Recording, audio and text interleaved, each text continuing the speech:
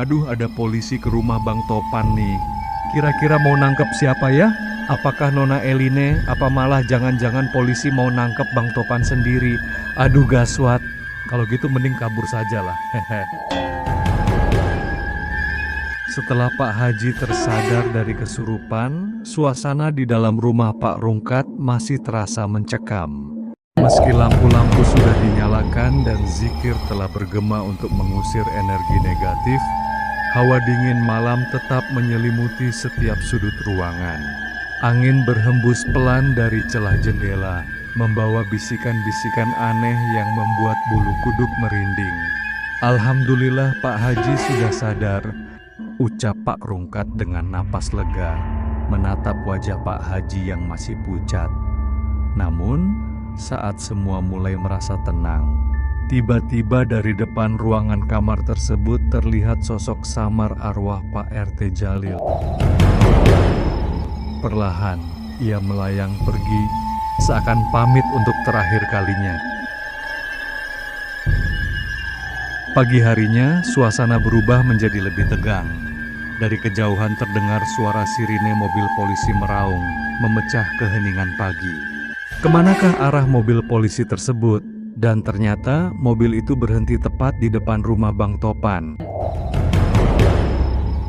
Apa yang sebenarnya terjadi? Apakah polisi akan menangkap seseorang?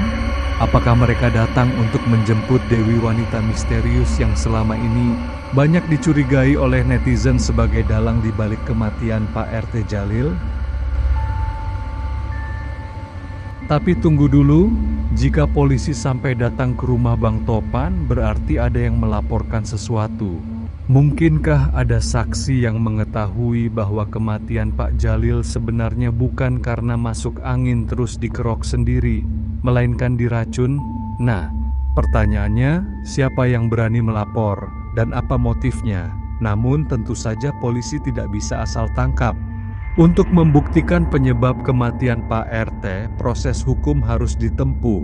Itu berarti kuburan Pak RT Jalil harus dibongkar untuk dilakukan otopsi. Sebelumnya memang sudah ada informasi dari beberapa sumber yang menunjukkan adanya gambar yang memperlihatkan adanya aktivitas penggalian di sekitar makam Pak RT. Mungkinkah ini benar cuplikan untuk episode selanjutnya? Jadi, apakah jenazah Pak Jalilnya akan diperiksa ulang? Pertanyaan-pertanyaan pun semakin banyak muncul. Jika terbukti bahwa Pak RT diracun dan pelakunya sudah diidentifikasi, maka hukum pasti akan ditegakkan. Pelaku akan mendapat ganjarannya. Tapi, benarkah pelakunya adalah Nona Elin? Atau mungkinkah ini semua hanya jebakan?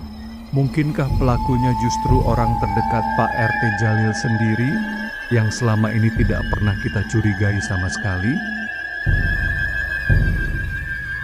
Dari kejadian misterius ini, kita belajar bahwa kebenaran bisa saja tersembunyi di balik tabir yang gelap. Terkadang, kebenaran tidak langsung terlihat dan butuh keberanian untuk mengungkapnya. Kita tidak bisa langsung menuduh tanpa bukti, karena prasangka bisa menyesatkan manusia itu sendiri. Justru penting untuk mengedepankan logika, keadilan, dan bukti nyata dalam menyikapi setiap persoalan. Setiap tindakan memiliki konsekuensi. Jika benar ada yang tega meracuni seseorang hanya demi kepentingan pribadi, maka hukum akan menjadi tempat bagi kebenaran untuk berdiri tegak. Misteri kematian Pak RT Jalil perlahan mulai terkuak. Dari kejadian supranatural hingga investigasi yang mengarah pada pembunuhan, semuanya menunjukkan bahwa cerita ini belum selesai. Kuburan yang dibongkar, penyelidikan yang mendalam, dan tersangka yang mulai mengerucut, semua menjadi potongan puzzle yang menunggu untuk disusun. Siapa pelaku sebenarnya? Apakah Nona Elin bersalah atau hanya korban dari fitnah dan prasangka kita semua? Lalu apakah Bang Topan juga ikut terlibat? Jawabannya akan kita temukan di episode selanjutnya.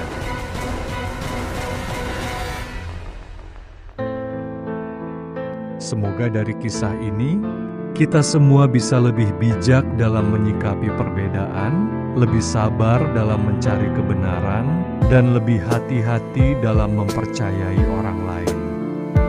Mari kita doakan semoga arwah Pak RT Jalil mendapatkan tempat terbaik di sisinya, dan semoga semua yang terlibat dalam penyelidikan diberi petunjuk dan perlindungan.